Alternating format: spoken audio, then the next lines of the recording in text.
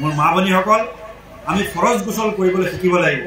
আমি ফৰজ গোসল কেনেকৈ কৰে জানিব লাগিব অজুৰ ফৰজ কেইটা জানিব লাগিব গোসলৰ ফৰজ কেইটা জানিব লাগিব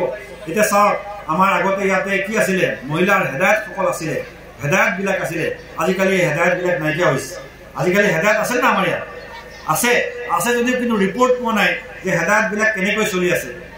যদি আপোনালোকে মোক কয় তেতিয়াহ'লে আমি মাজে মাজে আহি ইয়াত ইনস্পেকশ্যন কৰিব পাৰিম চাব পাৰিম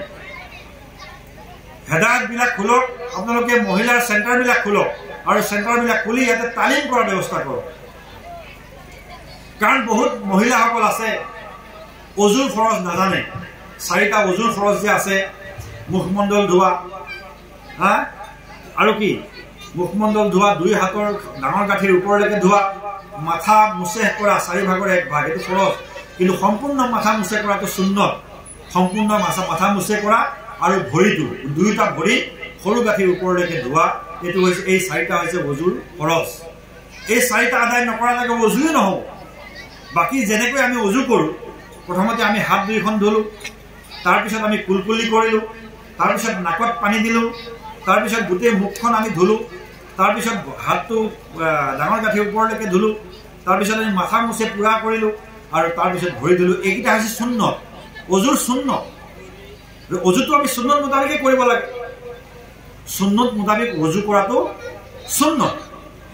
আৰু যদি কোনোবা সময় পোৱা নাই পটাপট এইখিনি কাম কৰি লৈছে এইখিনি কাম কৰিবই লাগিব নহ'লে অজু নহ'ব এইখিনি অজু কৰাটো ফৰজ আৰু এই ফৰজখিনিৰ জেগাখিনিৰ ভিতৰত যদি অলপো যদি নোমৰ সমানো যদি শুকান হৈ থাকে তেতিয়াহ'লে অজু নহ'ব আৰু অজু নহ'লে নামাজ নহ'ব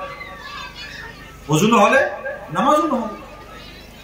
আৰু অজু শুদ্ধ হ'বৰ কাৰণে গোসল শুদ্ধ হোৱাটো ফৰজ জৰুৰী গোসল শুদ্ধ হ'বৰ কাৰণে ফৰজ গোসল যদি হৈ আছে ফৰজ গোসল কেতিয়া হয় মই কওঁ ফৰজ গোসল হয় মতা মানুহৰ ফৰজ গোসল কেতিয়া হয় গোসল ফৰজ কেতিয়া হয়